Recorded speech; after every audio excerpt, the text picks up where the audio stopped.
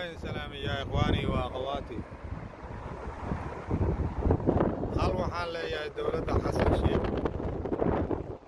هل وحال يا مامك ولد يا شاب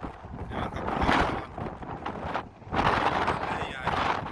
قد الصومالية دولة الصومالية هل وبها هي سيدة الشاقي إنه ضلك إليه كان شقية سيدة كسوس ودواكر sidii uu u doodi jiray berigii uu dawladdii hore dhahayay dictatoriya lagu socdaa macnaheedu waxaa waaye dictatoriyadii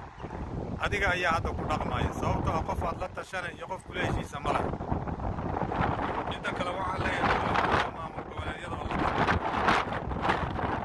dalku wuxuu ku badbaadi karaa cadowga looga badbaadin karaa midnimada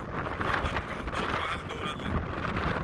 ka soo qaada kuna fakera haddii aad madaxweynaha soomaaliya ahaa lahaydeen sidii in la idinla shaqeeyo rabi lahaydeen ula shaqeeya dawladda jirta maanta dadka soomaaliyeedna waxaan kula tali lahay inay ka shaqeeyaan dawladnimada qarannimada iyo in dawlad aan helno soomaaliyeed oo naga difaacda cadowga deriska ah oo noo soo wanaagsanaya raba dhulkanaga inay qaataan maamul goboleed iyo qabiil dal soomaaliyeed ma difaaci karo waa idin salaamay